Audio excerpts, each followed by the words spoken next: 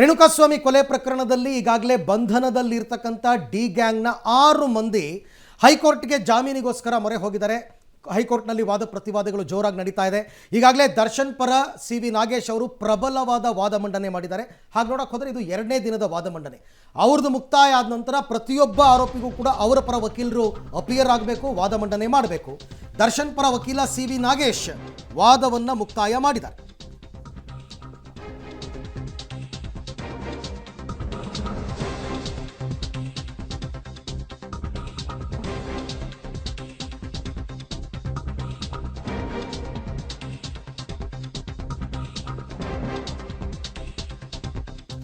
ದರ್ಶನ್ ಪರ ಸಿ.ವಿ. ನಾಗೇಶ್ ಅವರು ಅಪಿಯರ್ ಆದರು. ಈ ಸಂದರ್ಭದಲ್ಲಿ ಮಧ್ಯಂತರ ಜಾಮೀನಿನ ಕಥೆ ಏನಾಯಿತು, ಸರ್ಜರಿ ಆಯ್ತಾ ದರ್ಶನ್ಗೆ ಅಂತ ಜಡ್ಜ್ ಕೇಳಿದ್ದಾರೆ. ಅದಕ್ಕೆ ಸಿ.ವಿ. ನಾಗೇಶ್ ಅವರು ಇಲ್ಲ, ಸರ್ಜರಿ ಇನ್ನೂ ಕೂಡ ಆಗಿಲ್ಲ, BP ಏರಿಳಿತಾ ಇದೆ, ಅದು ಮುಂದೆ ಈಗ ಟ್ರೀಟ್ಮೆಂಟ್ ಕೊಡ್ತಾ ಇದ್ದಾರೆ, ಮುಂದೆ ಅವರಿಗೆ ಸರ್ಜರಿ ಆಗಬೇಕು ಅಂತ ಹೇಳಿದ್ದಾರೆ, ಮಾಡ್ತಾರೆ ಅಂತ ಅವರು ಸಮಜಾಯಿಷಿಯನ್ನು ಕೊಟ್ಟಿದ್ದಾರೆ. ಇಲ್ಲಿ ತನಕ ದರ್ಶನ್ಗೆ ಸರ್ಜರಿ ಆಗಿಲ್ಲ, ವೈದ್ಯರು ಚಿಕಿತ್ಸೆಯನ್ನು ಕೊಡ್ತಾ ಇದ್ದಾರೆ, ಸರ್ಜರಿ ಅಗತ್ಯ ಇದೆ, ಬಟ್ ಯಾವಾಗ ಮಾಡ್ತೀವಿ ಅನ್ನೋ ರಿಪೋರ್ಟ್ ಇಲ್ವಾ ಅಂತ ಜಡ್ಜ್ ಕೇಳ್ತಾರೆ. ಅದಕ್ಕೆ ಇಲ್ಲ, BP ವೇರಿಯೇಷನ್ ಇದೆ, ಅದು ತಹಬದಿಗೆ ಬರೋ ತನಕ ನಾವು ಸರ್ಜರಿ ಮಾಡೋಕ್ಕಾಗಲ್ಲ ಅಂತ ಡಾಕ್ಟ್ರು ಹೇಳಿದ್ದಾರೆ ಅಂತ. ಸರ್ಜರಿ ಅವಶ್ಯಕತೆ ಇದೆ ಅಂತ ಎಲ್ಲೂ ಇಲ್ವಲ್ಲ ಅಂತ ಜಡ್ಜ್ ಕೇಳಿದ್ದಾರೆ. ಈ ಬಗ್ಗೆ ಮತ್ತಷ್ಟು ಮಾಹಿತಿ ನನ್ನ ಕೊಲೀಗ ನರಸಿಂಹಮೂರ್ತಿ ಅವರಿಂದ ಪಡ್ಕೊಳ್ಳೋಣ. ಮೂರ್ತಿ, ಈಗ ಒಟ್ಟಾರೆ ಸಿ.ವಿ. ನಾಗೇಶ್ ಅವರು ದರ್ಶನ್ ಪರ ವಾದ ಮಂಡನೆ ಮಾಡಿದ್ದಾರೆ. ದರ್ಶನ್ಗೆ ರೆಗ್ಯುಲರ್ ಬೇಲ್ ಕೊಡಬೇಕು ಅನ್ನೋ ವಿಚಾರದಲ್ಲಿ ನಾಗೇಶ್ ಅವರ ವಾದ ಏನು? ಅರವಿಂದ್, ಇವತ್ತು ದರ್ಶನ್ ಪರವಾಗಿ ಹಿರಿಯ ವಕೀಲ ಸಿ.ವಿ. ನಾಗೇಶ್ ಅವರು ಹೈಕೋರ್ಟ್ನಲ್ಲಿ ತುಂಬ ಸುದೀರ್ಘವಾಗಿ ವಾದ ಮಂಡನೆಯನ್ನು ಮಾಡಿದ್ರು. ಹಲವಾರು ಅಂಶಗಳನ್ನು, ಅದು ಈ ಹಿಂದಿನ ಚಾರ್ಜ್ ಶೀಟ್ ಇರಬಹುದು, ಅದರ ಜೊತೆಗೆ ಇತ್ತೀಚೆಗೆ ಪೊಲೀಸರು ಸಲ್ಲಿಸಿದಂತಹ ಹೆಚ್ಚುವರಿ ದೋಷಾರೋಪಣಾ ಪಟ್ಟಿ ಇರಬಹುದು, ಅವುಗಳಲ್ಲಿನ ಇರುವ ನ್ಯೂನ್ಯತೆಗಳು, ಮತ್ತೆ ಯಾರು ಪ್ರತ್ಯಕ್ಷದರ್ಶಿಗಳು ಅಂತೇಳಿ ಹೇಳಿಕೆಯನ್ನು ನೀಡಿದಂತಹ ವ್ಯಕ್ತಿಗಳಲ್ಲಿ ಕಂಡುಬಂದಂತಹ ಹೇಳಿಕೆಗಳಲ್ಲಿನ ವ್ಯತ್ಯಾಸ, ಇವೆಲ್ಲವುಗಳನ್ನು ಕೂಡ ನ್ಯಾಯಾಲಯದ ಗಮನಕ್ಕೆ ತರುವ ಕೆಲಸವನ್ನ ಸಿ.ವಿ. ನಾಗೇಶ್ ಅವರು ಮಾಡಿದ್ದಾರೆ. ಅದರ ಜೊತೆಗೆ ಆರಂಭದ ದಿನದಿಂದಲೂ ಕೂಡ ಪೊಲೀಸರು ಪ್ರಕರಣದಲ್ಲಿ ಈ ಒಂದು ಕೆಲವು ಸತ್ಯಾಂಶಗಳನ್ನು ತಿರುಚುವ ಕೆಲಸವನ್ನ ಮಾಡಿದ್ದಾರೆ. ಇಲ್ಲಿ ಪುನೀತ್ ಅನ್ನುವ ಪ್ರತ್ಯಕ್ಷದರ್ಶಿಯ ಹೇಳಿಕೆಯನ್ನ ಆತ ಬೆಂಗಳೂರಿನಲ್ಲೇ ಇದ್ರೂ ಕೂಡ 21ನೇ ತಾರೀಕು ಆತನ ಹೇಳಿಕೆಯನ್ನ ದಾಖಲು ಮಾಡುವ ಕೆಲಸವನ್ನ ಮಾಡಲಾಗಿದೆ. ಯಾವುದೇ ಪ್ರಕರಣಗಳಲ್ಲಿ ಮೊದಲು ಪ್ರತ್ಯಕ್ಷದರ್ಶಿಗಳ ಹೇಳಿಕೆಗಳನ್ನು ದಾಖಲು ಮಾಡಬೇಕು, ಆದರೆ ಈ ಪ್ರಕರಣದಲ್ಲಿ ಹಾಗೆ ಆಗಿಲ್ಲ.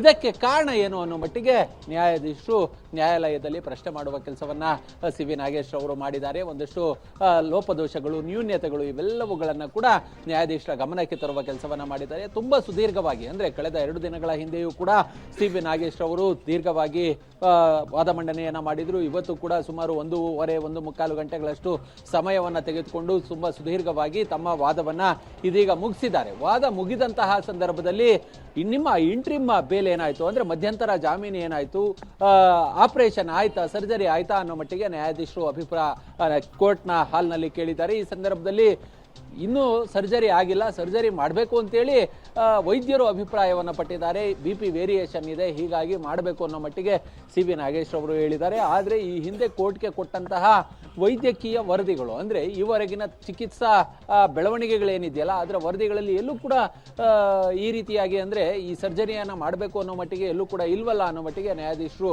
ಅಭಿಪ್ರಾಯವನ್ನು ಪಟ್ಟಿದ್ದಾರೆ. ಆದರೆ ಇಲ್ಲ, ಸರ್ಜರಿಯನ್ನು ಮಾಡಬೇಕು, ಆದರೆ BP ವೇರಿಯೇಷನ್ ಇದೆ ಅನ್ನೋ ಮಟ್ಟಿಗೆ ನ್ಯಾಯಾಧೀಶರ ಮುಂದೆ ಸಿ.ವಿ. ನಾಗೇಶ್ ಅವರು ಹೇಳಿದ್ದಾರೆ. ಇದೀಗ ತುಂಬಾ ಸುದೀರ್ಘವಾಗಿ ಸಿ.ವಿ. ನಾಗೇಶ್ ಅವರು ತಮ್ಮ ವಾದವನ್ನ ಆರ್ಗ್ಯುಮೆಂಟ್ ಅನ್ನ ಮಾಡಿ ಮುಗಿಸಿದ್ದಾರೆ. ಅರವಿಂದ್, ಬಟ್ ಮೂರ್ತಿ, ಇವಾಗ ಸಿ.ವಿ. ನಾಗೇಶ್ ಅವರ ವಾದ ಇರತಕ್ಕಂಥದ್ದು ದರ್ಶನ್ ಅವರಿಗೆ ರೆಗ್ಯುಲರ್ ಬೇಲ್ ಕೊಡಬೇಕು ಅಂತ. ಆ ನಿಟ್ಟಿನಲ್ಲಿ ರೆಗ್ಯುಲರ್ ಬೇಲ್ಗೆ ದರ್ಶನ್ ಅರ್ಹ ಅನ್ನೋ ನಿಟ್ಟಿನಲ್ಲಿ ಯಾವುದೇ ಪಾಯಿಂಟ್ಸ್ ವಾದ ಮಾಡಿದಾಗ ಕಂಡು ಬರ್ತಾ ಇಲ್ವಲ್ಲ ಹಾಗಾದ್ರೆ ಅಂತ. ಅರವಿಂದ, ದರ್ಶನ್, ಪವಿತ್ರ ಗೌಡ, ಹಾಗೆ ಲಕ್ಷ್ಮಣ್ ಮತ್ತೆ ನಾಗರಾಜ್, ಈ 4 ಕೂಡ ಜಾಮೀನಿಗಾಗಿ ಅರ್ಜಿಯನ್ನ ಸಲ್ಲಿಕೆ ಮಾಡಿಕೊಂಡಿದ್ರು. ಈ ಹಿಂದೆಯೇ ದರ್ಶನ್ಗೆ ಮಧ್ಯಂತರ ಜಾಮೀನು ಸಿಕ್ಕಿದೆ, ಅದು ಅನಾರೋಗ್ಯದ ದೃಷ್ಟಿಯಲ್ಲಿ. ಯಾವಾಗ ಇವರು ರೆಗ್ಯುಲರ್ ಬೇಲ್ಗಾಗಿ ಜಾಮೀನಿಗೆ ಅರ್ಜಿಯನ್ನು ಸಲ್ಲಿಕೆ ಮಾಡಿಕೊಂಡ್ರು, ಈಗಾಗಲೇ 2 ದಿನ ವಿಚಾರಣೆಗಳು ನಡೆದಿದೆ. ಇವತ್ತು ವಿಚಾರಣೆಗೆ ಬಂದಂತಹ ಸಂದರ್ಭದಲ್ಲಿ ಸಿ.ವಿ. ನಾಗೇಶ್ ಅವರು ತಮ್ಮದೇ ದಾಟಿಯಲ್ಲಿ, ತಮ್ಮದೇ ಅನುಭವದಲ್ಲಿ ಒಂದಷ್ಟು ಅಂಶಗಳನ್ನು ಉಲ್ಲೇಖ ಮಾಡಿದ್ದಾರೆ. ಯಾಕಂತ ಹೇಳಿದ್ರೆ ತುಂಬಾ ಡೀಪ್ ಆಗಿ ಆ ಒಂದು ಚಾರ್ಜ್ ಶೀಟ್ ಅನ್ನ ಸ್ಟಡಿ ಮಾಡ್ದಂಗೆ ಸಿ.ವಿ. ನಾಗೇಶ್ ಅವರು ಕಂಡು ಬರ್ತಿದೆ. ಎಲ್ಲೆಲ್ಲಿ ಲೋಪದೋಷಗಳನ್ನ ಇದಾವೆ, ಮತ್ತೆ ಅವರು ತಮ್ಮ ಕಕ್ಷಿದಾರನನ್ನ ಸಮರ್ಸ್ಕೊಳ್ಳುವಂತಹ ಒಂದಷ್ಟು ವಾದಗಳನ್ನ ನ್ಯಾಯಾಲಯದ ಹಾಲ್ನಲ್ಲಿ ಇವತ್ತು ಮಾಡಿದ್ದಾರೆ. ಅದು ಪ್ರಮುಖವಾಗಿ ಯಾರು ಯಾರ್ಯಾರು ಸಾಕ್ಷಿಗಳು ಅಂತೇಳಿ ಹೇಳಿಕೆಯನ್ನು ಕೊಟ್ಟರು ಅವರು ಎಲ್ಲೂ ಕೂಡ ದರ್ಶನ್ ಜೋರಾಗಿ ಹೊಡೆದ್ರು, ದರ್ಶನ್ ತೀವ್ರತರವಾದಂತಹ ಹಲ್ಲೆಯನ್ನು ನಡೆಸಿದ್ರು ಹೀಗೆ ಹೇಳಿಲ್ಲ. ಇಲ್ಲಿ ಪವಿತ್ರ ಗೌಡ ಚಪ್ಪಲಿಯಿಂದ ಹಲ್ಲೆಯನ್ನು ನಡೆಸಿದ್ರು, ನಂದೀಶ್ ಹಗ್ಗದಿಂದ ಹಲ್ಲೆಯನ್ನು ನಡೆಸ್ತಾ ಈ ರೀತಿಯಾದಂತಹ ಹೇಳಿಕೆಗಳಿದ್ದಾವೆ. ದರ್ಶನ್ ಆತನಿಗೆ ಊಟವನ್ನ ಕೊಟ್ಟು ನೀರನ್ನ ಕೊಟ್ಟು ಒಂದು ವಿಡಿಯೋವನ್ನ ಮಾಡಿ ಸ್ಟೇಷನ್ಗೆ ಬಿಡಿ ಅಂತ ಹೇಳಿ ಹೇಳಿದ್ರು. ಎಲ್ಲೋ ಕೈಯಲ್ಲಿ ಹೊಡೆದ್ರು, ಹಗ್ಗದಲ್ಲಿ ಹೊಡೆದ್ರು ಅನ್ನೋ ಮಟ್ಟಿಗೆ ಇದೆ. ಮತ್ತೆ ಒಬ್ಬೊಬ್ಬರ ಹೇಳಿಕೆಗಳು ಒಂದೊಂದು ರೀತಿಯಾಗಿ ವ್ಯತಿರಿಕ್ತವಾಗಿದ್ದಾವೆ. ಕೆಲವರು ಮರ್ಮಾಂಗಕ್ಕೆ ಹೋದ್ರು ಅನ್ನೋ ಮಟ್ಟಿಗೆ ಸ್ವಇಚ್ಛಾ ಹೇಳಿಕೆಗಳನ್ನ ನೀಡಲಾಗಿದೆ. ಹೀಗಾಗಿ ಇಲ್ಲಿ ಪೊಲೀಸರು ಪ್ರಕರಣವನ್ನ ತಿರುಚುವ ಕೆಲಸವನ್ನ ಆರಂಭದ ದಿನಗಳಿಂದಲೂ ಕೂಡ ಮಾಡಿದ್ದಾರೆ. ಇಲ್ಲಿ ಪ್ರಕರಣದಲ್ಲಿ ಪ್ರಮುಖವಾದಂತಹ ಆರೋಪಿ A7 ಧರಿಸಿದ್ದಂತಹ ಬಟ್ಟೆಗಳು ಈಗ ಹೆಚ್ಚುವರಿಯಾಗಿ ಧರಿಸಿದ್ದಂತಹ ಸಲಿಕೆ ಮಾಡಿದಂತಹ ಚಾರ್ಜ್ ಶೀಟ್ ಏನಿತ್ತು ಅಲ್ಲಿ ಬೇರೆ ಬಟ್ಟೆಯನ್ನ ಧರಿಸಿದ್ದ ಅನ್ನೋ ಮಟ್ಟಿಗೆ ಮ್ಯಾನೇಜ್ ಮಾಡುವಂತ ಕೆಲಸಗಳನ್ನ ಪೊಲೀಸರು ಮಾಡಿದ್ದಾರೆ. ಹೀಗಾಗಿ ದರ್ಶನ್ ಇಲ್ಲಿ ಅವರ ರೋಲ್ ಏನಿದೆ ಅದು ಕಡಿಮೆ ಇದೆ. ಅವರು ತೀವ್ರತರವಾದಂತಹ ಹಲ್ಲೆಯಲ್ಲಿ ಭಾಗಿಯಾಗಿಲ್ಲ, ಇತರರು ಹಲ್ಲೆಯನ್ನ ನಡೆಸಿರಬಹುದು. ಮತ್ತೆ ಈ ಯಾರು ಪ್ರತ್ಯಕ್ಷದರ್ಶಿಗಳ ಹೇಳಿಕೆಗಳಿದೆಯಲ್ಲ ಅದನ್ನ ಪಡೆಯುವಲ್ಲಿ ಪೊಲೀಸರು ವಿಳಂಬವನ್ನ ಮಾಡಿದ್ದಾರೆ. ಒಂದಷ್ಟು ಆತ ಬೆಂಗಳೂರಿನಲ್ಲೇ ಇದ್ರೂ ಕೂಡ ಆತನ ಹೇಳಿಕೆಯನ್ನ ಪಡೆಯೋದಕ್ಕೆ ಇವರು ಪ್ರಯತ್ನವನ್ನೇ ಪಟ್ಟಿಲ್ಲ. ಅದ್ರ ಜೊತೆಗೆ 7 ಬಾರಿ ರಿಮ್ಯಾಂಡ್ ಅಪ್ಲಿಕೇಶನ್ ಅನ್ನ ಹಾಕೊಳ್ಳಲಾಗಿದೆ. ಅಂತ ಸಂದರ್ಭಗಳಲ್ಲೂ ಕೂಡ ದರ್ಶನ್ ರೋಲ್ ಏನು ಅನ್ನೋದನ್ನ ಎಲ್ಲೂ ಕೂಡ ಇವರು ಉಲ್ಲೇಖವನ್ನ ಮಾಡಿಲ್ಲ. ಒಂದು ನ್ಯಾಯಾಲಯಕ್ಕೆ ರಿಮ್ಯಾಂಡ್ ಅಪ್ಲಿಕೇಶನ್ ಅನ್ನ ಸಲ್ಲಿಕೆ ಮಾಡದಂತಹ ಸಂದರ್ಭದಲ್ಲಿ ಅವರ ಮೇಲಿರುವ ಗುರುತರ ಆರೋಪಗಳೇನು ಇವುಗಳನ್ನ ಸಲ್ಲಿಕೆ ಮಾಡಬೇಕಿತ್ತು. ಆದ್ರೆ ಎಲ್ಲೂ ಕೂಡ ಸಲ್ಲಿಕೆ ಮಾಡುವಂತಹ ಕೆಲಸವನ್ನ ಪೊಲೀಸರು ಮಾಡಿಲ್ಲ. ಮತ್ತೆ ಕೊಲೆಯಾದಂತಹ ದಿನ ಚಪ್ಪಲಿಯನ್ನ ಧರಿಸಿದ್ದೆ ಅನ್ನೋ ಮಟ್ಟಿಗೆ ದರ್ಶನ್ ಸ್ಟೇಟ್ಮೆಂಟ್ ಅನ್ನ ಕೊಟ್ಟಿದ್ದಾರೆ. ಆದ್ರೆ ಪೊಲೀಸರು ವಿಜಯಲಕ್ಷ್ಮಿ ಅವರ ಮನೆಯಲ್ಲಿ ಶೂಗಳನ್ನ ಸೀಸ್ ಮಾಡಿದ್ದಾರೆ. ಹೀಗೆ ಹಲವಾರು ಅಂಶಗಳನ್ನು ಇಟ್ಕೊಂಡು CV ನಾಗೇಶ್ ಅವರು ತುಂಬಾ ಸುದೀರ್ಘವಾಗಿ ತಮ್ಮ ವಾದವನ್ನ ಮಾಡಿ ಮುಗಿಸಿದ್ದಾರೆ ಅರವಿಂದ್. ಹೀಗಾಗಿ ಈ ಇತರ ಆರೋಪಿಗಳು ಯಾರು ಜಾಮೀನಿಗಾಗಿ ಅರ್ಜಿಯನ್ನ ಸಲ್ಲಿಕೆ ಮಾಡ್ಕೊಂಡಿದ್ದಾರಲ್ಲ ಅದು ಪವಿತ್ರ ಗೌಡ, ನಾಗರಾಜ್, ಲಕ್ಷ್ಮಣ್ ಇವರ ಜಾಮೀನಿನ ಅರ್ಜಿಯ ವಾದ ಮುಗಿದ ಬಳಿಕ, ಅವರ ವಕೀಲರ ವಾದ ಮುಗಿದ ಬಳಿಕ ಇದಕ್ಕೆ ಕೌಂಟರ್ ಆಗಿ SPP ಪ್ರಸನ್ನ ಕುಮಾರ್ ಅವರು ತಮ್ಮ ಪ್ರತಿವಾದವನ್ನ ಮಂಡನೆ ಮಾಡಲಿದ್ದಾರೆ. ಅರವಿಂದ್. ಓಕೆ, ಮೂರ್ತಿ ಸಂಪರ್ಕದಲ್ಲಿ ಇನ್ನಷ್ಟು ಡೀಟೇಲ್ಸ್ ನಿಮ್ಮಿಂದ ಪಡೆದುಕೊಳ್ತೀವಿ. ಸದ್ಯ ಪ್ರತ್ಯಕ್ಷದರ್ಶಿಗಳ ಕುರಿತಾಗಿಯೂ ಕೂಡ ಹಲವಾರು ವಿಚಾರಗಳನ್ನ ಪಾಯಿಂಟ್ ಔಟ್ ಮಾಡಿದ್ದಾರೆ CV ನಾಗೇಶ್ ಅವರು. ಇಲ್ಲಿ ಪುನೀತ್ ವಿಷಯವಾಗಿ, ಮಲ್ಲಿಕಾರ್ಜುನ್ ವಿಷಯವಾಗಿ ಮತ್ತು ನರೇಂದ್ರ ಸಿಂಗ್ ವಿಷಯವಾಗಿ ಪ್ರಸ್ತಾಪ ಮಾಡ್ತಾರೆ. ಟವರ್ ಲೊಕೇಶನ್ ಕೂಡ ವ್ಯತ್ಯಾಸವನ್ನ ತರ್ತಾ ಇದೆ. ಏನು ಪ್ರತ್ಯಕ್ಷದರ್ಶಿಗಳು ಅಲ್ಲಿ ಇದ್ರು ಅಂತಾರೆ, ದರ್ಶನ್ ಅಲ್ಲಿಗೆ ಬಂದಿದ್ರು ಅಂತಾರೆ, ಆದರೆ ಟವರ್ ಲೊಕೇಶನ್ ಏನಿದೆ ಅದು ವ್ಯತ್ಯಾಸ ತರ್ತಾ ಇದೆ. ಪ್ರಕರಣದಲ್ಲಿ ಸಾಕ್ಷಿಯೇ ಹೇಳಿಕೆ ಕೊಟ್ಟಿದ್ದಾನೆ. ಪವಿತ್ರ ಗೌಡ ಚಪ್ಲಿಯಿಂದ ಹೊಡೆದ್ರು ಅಂತಾನು ಆತ ಹೇಳಿದ್ದಾನೆ. ದರ್ಶನ್ ಕಾಲ್ನಲ್ಲಿ ಒದ್ರು ಅಂತಾನು ಹೇಳಿದ್ದಾನೆ. ನಾಗರಾಜು 12 ಏಟು ಹಗ್ಗದಿಂದ ಹೊಡೆದ್ರು ಅಂತಾನು ಹೇಳಿದ್ದಾನೆ. ದರ್ಶನ್ ಹೆಚ್ಚಾಗಿ ಹೊಡೆದ ಬಗ್ಗೆ ಯಾರು ಕೂಡ ಹೇಳಿಕೆಯನ್ನ ಕೊಟ್ಟಿಲ್ಲ. ಇದೊಂದು ರೀತಿ ಮ್ಯೂಸಿಕಲ್ ಚೇರ್ ತರ ಒಬ್ಬರ ನಂತರ ಒಬ್ರು ಹೊಡೆದಿದ್ದಾರೆ ಸುತ್ತುವರೆದುಕೊಂಡು ಅಂತ. ಕೈಯಿಂದ ಹೊಡೆದ್ರು, ಮರ್ಮಾಂಗಕ್ಕೆ ಹೊಡೆದ್ರು ಅಂತೆಲ್ಲ ಹೇಳಿಕೆ ಕೊಟ್ಟಿದ್ದಾರೆ. ಕೋರ್ಟ್ ಆದೇಶವನ್ನ ಉಲ್ಲೇಖಿಸಿ ಈ ದೋಷಾರೋಪ ಪಟ್ಟಿಯಲ್ಲಿರುವಂತಹ ವಿಚಾರವನ್ನ ಕೋರ್ಟ್ ಮಾಡೋ ಮೂಲಕ ಕೋರ್ಟ್ ಗಮನಕ್ಕೆ ತರ್ತಾ ಇದ್ದಾರೆ. ಕೊಲೆ ಮಾಡುವಾಗ ಹಾಕಿದಂತಹ ಬಟ್ಟೆ ವಿಷಯವಾಗಿಯೂ ಕೂಡ ಪ್ರಸ್ತಾಪ ಮಾಡ್ತಾರೆ. ಅಂದ್ರೆ ಅಲ್ಲಿ ಒಬ್ಬ ಆರೋಪಿ ಬಟ್ಟೆ ಧರಿಸಿರುವಂತಹದ್ದು ಸ್ಥಳದಲ್ಲಿ ಬೇರೆ ಅಂತ ಅವನು ಸ್ವಇಚ್ಛಾ ಹೇಳಿಕೆಯಲ್ಲಿ ಮತ್ತು ಅದನ್ನ ವಶಕ್ಕೆ ತೆಗೆದುಕೊಳ್ಳುವಂತಹ ಸಂದರ್ಭದಲ್ಲಿ ಪಡ್ಕೊಂಡಿರೋದು ಅವನ ಮನೆಯಿಂದ ಒಂದು. ಆದರೆ ಆ ಫೋಟೋ ಮ್ಯಾಚ್ ಮಾಡೋದಕ್ಕೆ ಅಂತ ಬೇರೆ ಕಾಸ್ಟ್ಯೂಮ್ ಇರುತ್ತೆ, ಹಾಗಾಗಿ ಅದನ್ನ ಕಾರ್ನಲ್ಲಿ ಬದಲಾಯಿಸಿದ್ದ ಅಂತ ಹೇಳ್ತಾರೆ.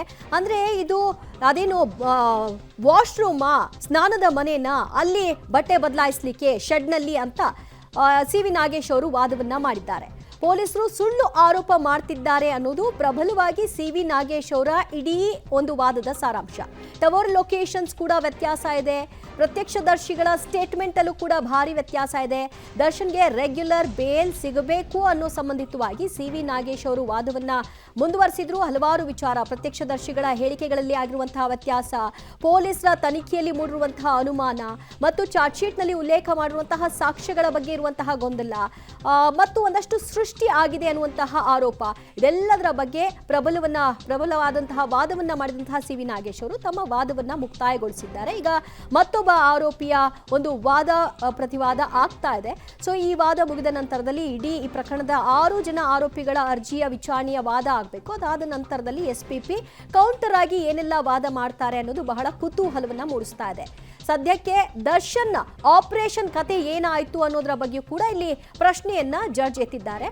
ವೈದ್ಯರು ಕೊಟ್ಟಿರುವಂತಹ ಮಾಹಿತಿಯನ್ನು ಕೂಡ ಕೇಳೋ ಮೂಲಕ ಅಲ್ಲೆಲ್ಲೂ ಕೂಡ ಯಾವಾಗ ಆಪರೇಷನ್ ಅನ್ನೋದ್ರ ಬಗ್ಗೆ ಉಲ್ಲೇಖ ಇಲ್ವಲ್ಲ ಅಂತ ಪ್ರಶ್ನಿಸ್ತಾರೆ. ಮತ್ತಷ್ಟು ಮಾಹಿತಿ ಕೊಡ್ತಾರೆ ನಮ್ಮ ಪ್ರತಿನಿಧಿ ನರಸಿಂಹಮೂರ್ತಿ. ಸಂಚು ಕಿಡ್ನಾಪ್, ಕೊಲೆ ಮತ್ತು ಈ ಸಾಕ್ಷ್ಯನಾಶ, ಈ ಇಡೀ ಇನ್ಸಿಡೆಂಟ್ನಲ್ಲಿ ದರ್ಶನ್ ಇಲ್ಲ ಅನ್ನೋದ್ರ ಬಗ್ಗೆ ವಾದವನ್ನ ಮಾಡ್ತಾ ಹೋಗ್ತಾರೆ ಸಿ ವಿ ನಾಗೇಶ್ ಅವರು. ಆದರೆ ಅವರ ಪಾಯಿಂಟ್ಗಳನ್ನ ಗಮನಿಸ್ತಾ ಇದ್ರೆ ಆ ಕೃತ್ಯ ನಡೆದಂತಹ ಸ್ಥಳದಲ್ಲಿ ದರ್ಶನ್ ಇದ್ರು ಅನ್ನುವಂತಹ ಕೆಲವೊಂದಷ್ಟು ಸನ್ನಿವೇಶಗಳನ್ನು ಕೂಡ ವಿವರಿಸ್ತಾರೆ. ಅಂದ್ರೆ ಈ ಪ್ರಕರಣದಲ್ಲಿ ಅವರು ಇದ್ರು, ಆದ್ರೆ ಅವರ ಪಾತ್ರ ಏನು ಅನ್ನೋದು ಇಲ್ಲಿ ಮುಖ್ಯವಾಗುತ್ತಾ? ದಿವ್ಯಾ, ಈ ಹಿಂದಿನ ಆರ್ಗ್ಯುಮೆಂಟ್ನಲ್ಲಿ ಸಿ ವಿ ನಾಗೇಶ್ ಅವರು ದರ್ಶನ್ ಮೇಲೆ 364 IPC ಸೆಕ್ಷನ್ ಅನ್ನ ಹಾಕಲಾಗಿದೆ, ಕಿಡ್ನಾಪ್ ಪ್ರಕರಣವನ್ನ ದಾಖಲು ಮಾಡಿದ್ದಾರೆ. ಅಂದ್ರೆ ದರ್ಶನ್ ಎಲ್ಲೂ ಕೂಡ ರೇಣುಕಾಸ್ವಾಮಿಯನ್ನ ಕಿಡ್ನಾಪ್ ಮಾಡೋದಕ್ಕೆ ಹೇಳೇ ಇಲ್ಲ.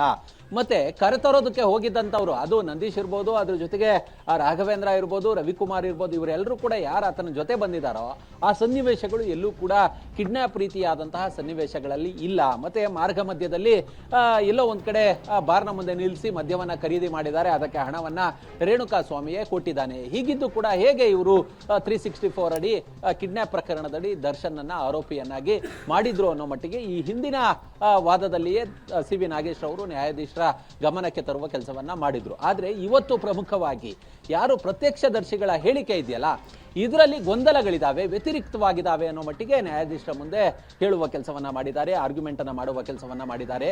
ನರೇಂದ್ರ ಸಿಂಗ್ ಅಂತೇಳಿ ಆ ಪಟ್ಟಣಗೆರೆಯ RR ನಗರದ ಶೆಡ್ ಏನಿದೆ, ಈ ಶೆಡ್ ನಲ್ಲಿ ಆತ ವಾಚ್ಮನ್ ಆಗಿ, ಸೆಕ್ಯೂರಿಟಿ ಗಾರ್ಡ್ ಆಗಿ ಕೆಲಸವನ್ನ ನಿರ್ವಹಿಸ್ತಿದ್ದಾನೆ. ಆತನ ಸ್ವಇಚ್ಛಾ ಹೇಳಿಕೆಯಲ್ಲಿ ಹೇಳಿದ್ದಾನೆ, ಸಂಜೆ 6 ಗಂಟೆಯ ನಂತರ 6 ಗಂಟೆ ವೇಳೆಗೆ ದರ್ಶನ್ ಮತ್ತೆ ವಿನಯ್ ಸಾಬ್ ಹೊರಟ್ರು ಅಂತೇಳಿ ಹೇಳಿದ್ದಾನೆ. ಆದ್ರೆ ಯಾವತ್ತು ಅಂತೇಳಿ ದಿನಾಂಕವನ್ನ ಹೇಳಿಲ್ಲ. ಮತ್ತೆ ಅದ್ರ ಜೊತೆಗೆ ಮಲ್ಲಿಕಾರ್ಜುನ್ ಅನ್ನುವ ವ್ಯಕ್ತಿಯ ಹೇಳಿಕೆಯನ್ನ ಸಹ ದಾಖಲು ಮಾಡಿಕೊಂಡಿದ್ದಾರೆ. ಆತನ ಹೇಳಿಕೆ ಮತ್ತೆ ಈ ನರೇಂದ್ರ ಸಿಂಗ್ ನ ಹೇಳಿಕೆಯಲ್ಲಿ ವ್ಯತ್ಯಾಸಗಳಿದಾವೆ. ಯಾಕೆ ಈ ರೀತಿಯಾಗಿ ತಿರುಚಿದ್ರು ಪೊಲೀಸರು ಅನ್ನೋ ಮಟ್ಟಿಗೆ ನ್ಯಾಯಾಧೀಶರ ಮುಂದೆ ವಾದ ಮಂಡನೆಯನ್ನ ಮಾಡುವ ಕೆಲಸವನ್ನ ಸಿ ವಿ ನಾಗೇಶ್ ಮಾಡಿದ್ದಾರೆ. ಮತ್ತೊಂದು ಪ್ರಕರಣದ ಮತ್ತೊಬ್ಬ ಐ ವಿಟ್ನೆಸ್ ಇಲ್ಲಿ ಪುನೀತ್ ಅಂತೇಳಿ, ಆತ ಕೂಡ ಆ ಒಂದು RR ನಗರದ ಪಟ್ಟಣಗೆರೆಯ ಶೆಡ್ನ ನಿವಾಸಿ. ಪೊಲೀಸರಿಗೆ ರೇಣುಕಾಸ್ವಾಮಿಯ ಕೊಲೆ ನಡೆದಂತಹ ದಿನ ಗೊತ್ತಾಗೋದು ಜೂನ್ 9ನೇ ತಾರೀಕು ಈ ರೀತಿಯಾದಂತಹ ಒಂದು ಕೊಲೆ ನಡೆದಿದೆ ಅಂತೇಳಿ ಗೊತ್ತಾಗುತ್ತೆ. ಆದ್ರೆ ಜೂನ್ 21ನೇ ತಾರೀಕು ಆತನ ಹೇಳಿಕೆಯನ್ನ ದಾಖಲು ಮಾಡಿದ್ದಾರೆ. ಅದು CRPC 161 ಅಡಿ, ಅದಾದ ಬಳಿಕ CRPC 164 ಅಡಿ ನ್ಯಾಯಾಧೀಶರ ಮುಂದೆ ಹೇಳಿಕೆಯನ್ನ ದಾಖಲು ಮಾಡಿದ್ದಾರೆ. ಈ ಮಧ್ಯದಲ್ಲಿ ಆತ ಹೆದರುಕೊಂಡು ಊರ್ ಬಿಟ್ಟಿದ್ದ, ಆತ ಗೋವಾ, ತಿರುಪತಿ ಹೀಗೆ ಓಡಾಡ್ತಿದ್ದ. ಹೀಗಾಗಿ ಆತನ ಹೇಳಿಕೆಯನ್ನ ದಾಖಲು ಮಾಡಕ್ ಆಗಿಲ್ಲ ಅಂತೇಳಿ ಹೇಳ್ತಿದ್ದಾರೆ. ನಾವು ಸಾಬೀತು ಮಾಡ್ತೀವಿ, ಆತ ಜೂನ್ 15ರಿಂದ 19ನೇ ತಾರೀಕಿನವರೆಗೂ ಬೆಂಗಳೂರಿನಲ್ಲೇ ಇದ್ದ. ಪೊಲೀಸರು ಒಂದ್ ರೀತಿ ಕಟ್ಟುಕತೆಗಳನ್ನ ಕಟ್ಟಿದ್ದಾರೆ. ಆತ ಕನಕಪುರದಲ್ಲಿ ಸಿಮ್ಮನ್ನ ಖರೀದಿ ಮಾಡಿದ್ದ, ಸ್ಯಾಮ್ಸಂಗ್ ಮೊಬೈಲ್ಗೆ ಹಾಕೊಂಡು ಎಲ್ಲಾ ಕಡೆ ಓಡಾಡಿದ್ದ ಅಂತೇಳಿ. ಟೆಕ್ನಿಕಲಿ ಆತ ಎಲ್ಲೆಲ್ಲಿ ಹೋಗಿರ್ತಾನೋ ಅಂತ ಕಡೆ ಟವರ್ ಲೊಕೇಶನ್ ಬರಬೇಕು. ಆದ್ರೆ ಆತನ ಟವರ್ ಲೊಕೇಶನ್ ಬೆಂಗಳೂರಿನಲ್ಲಿ ಹೇಗೆ ತೋರಿಸ್ತಿತ್ತು, ನಾವು ಬೇಕಾದ್ರೆ ಅದನ್ನ ಪ್ರೂವ್ ಮಾಡ್ತೀವಿ ಅನ್ನೋ ಮಟ್ಟಿಗೆ ಸಿ ವಿ ನಾಗೇಶ್ ಅವರು ಕೋರ್ಟ್ನಲ್ಲಿ ಇವತ್ತು ಅಭಿಪ್ರಾಯವನ್ನ ಪಟ್ಟಿದ್ದಾರೆ. ಅದ್ರ ಜೊತೆಗೆ ಈ ಐ ವಿಟ್ನೆಸ್ಗಳ ಹೇಳಿಕೆಗಳ ಜೊತೆಗೆ ಯಾರ್ಯಾರು ಇತರ ಆರೋಪಿಗಳು ಹೇಳಿಕೆಯನ್ನ ಕೊಟ್ಟಿದ್ದಾರೆ, ಅದರಲ್ಲಿ ದರ್ಶನ್ ಹೊಡೆದ್ರ ಇಲ್ವಾ, ಎಷ್ಟು ಹೊಡೆದ್ರು, ಇದನ್ನ ನ್ಯಾಯಾಧೀಶರ ಗಮನಕ್ಕೆ ತರುವ ಕೆಲಸವನ್ನ ಮಾಡಿದ್ದಾರೆ. ಅಂದ್ರೆ ದರ್ಶನ್ ರೋಲ್ ತುಂಬಾ ಕಡಿಮೆ ಇದೆ. ಅವರು ಎಲ್ಲೂ ಕೂಡ ಬೇರೆ ಇತರ ಆಯುಧಗಳಿಂದಾಗ್ಲಿ ಮಾರಕಾಸ್ತ್ರಗಳಿಂದಾಗ್ಲಿ ಹಲ್ಲೆಯನ್ನ ನಡೆಸಿಲ್ಲ. ಕೈಯಿಂದ ಹೊಡೆದಿದ್ದಾರೆ, ಒಂದೆರಡೇಟ್ ಹಗ್ಗದಿಂದ ಹೊಡೆದಿದ್ದಾರೆ. ಅವ್ರು ಹೊಡಿತಿದ್ದಂತಹ ಹಗ್ಗವನ್ನ ತೆಗೆದುಕೊಂಡು ನಂದೀಶ್ 12 ಆ ಹಗ್ಗದಿಂದ ಹೊಡೆದಿದ್ದಾನೆ. ಪವಿತ್ರ ಗೌಡ ಚಪ್ಪಲಿಯಲ್ಲಿ ಹೊಡೆದಿದ್ದಾಳೆ.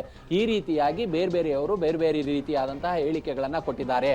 ಆದ್ರೆ ಎಲ್ಲೋ ಒಬ್ರು ಇಬ್ರು ರೇಣುಕಾಸ್ವಾಮಿಗೆ ಮರ್ಮಾಂಗಕ್ಕೆ ದರ್ಶನ್ ಹೋದ್ರು ಅಂತೇಳಿ ಹೇಳಿಕೆ ಕೊಟ್ಟಿದ್ದಾರೆ. ಹೀಗಾಗಿ ಇದರಲ್ಲೇ ಗೊಂದಲಗಳಿದ್ದಾವೆ. ನಮ್ಮ ಕಕ್ಷಿದಾರ ದರ್ಶನ್ ಏನಿದ್ದಾರೆ, ಅವರ ರೋಲ್ ಈ ಪ್ರಕರಣದಲ್ಲಿ ತುಂಬಾ ಕಡಿಮೆ ಇದೆ. ಅವರು ಕಿಡ್ನಾಪ್ ಅಲ್ಲಿ ಭಾಗಿಯಾಗಿಲ್ಲ, ಕೊಲೆಯಲ್ಲಿ ಭಾಗಿಯಾಗಿಲ್ಲ ಅನ್ನೋದು ಇವತ್ತು ಸಿ ವಿ ನಾಗೇಶ್ ಅವರು ಮಾಡಿದಂತಹ ಮಂಡನೆಯ ಒಂದು ಭಾಗ. ಇವತ್ತು ನ್ಯಾಯಾಧೀಶರಿಗೆ ತುಂಬಾ ಸುದೀರ್ಘವಾಗಿ ಸಮಯವನ್ನ ತೆಗೆದುಕೊಂಡು ತಮ್ಮ ವಾದವನ್ನ ಮುಗಿಸಿದ್ದಾರೆ. Arvind, okay, thank you. ತಮ್ಮ ಎಲ್ಲ ಮಾಹಿತಿಗೆ ಧನ್ಯವಾದ. ಲೋವರ್ ಕೋರ್ಟ್ನಲ್ಲಿ ಇದೆ ಸಿ ವಿ ನಾಗೇಶ್ ಅವರು ದರ್ಶನ್ ಪಟ್ಟಣಗೆರೆ ಶೆಡ್ಗೆ ಬಂದಿದ್ದಕ್ಕೇ ಸಾಕ್ಷಿ ಇಲ್ಲ, ಅವ್ರ ಕಾರ್ ಬಂದು ಹೋಗಿರೋದು ಮಾತ್ರ ನಾವು ನೋಡಿದ್ದೀವಿ ಅಂತ ಇದ್ರು. ಈಗ ಅವ್ರ ರೋಲ್ ಕಡಿಮೆ ಇದೆ ಅಂತ ಇದ್ದಾರೆ. ಯಾಕೆಂದರೆ ಆ ಫೋಟೋಸ್ ಎಲ್ಲ ಬಂದ ನಂತರ 8 ಫೋಟೋ ಎಲ್ಲ ನೋಡೋಣ ಇದನ್ನು ಮಾನ್ಯ ನ್ಯಾಯಾಧೀಶರು ಯಾವ ರೀತಿ ತಗೊಳ್ತಾರೆ ಅಂತ.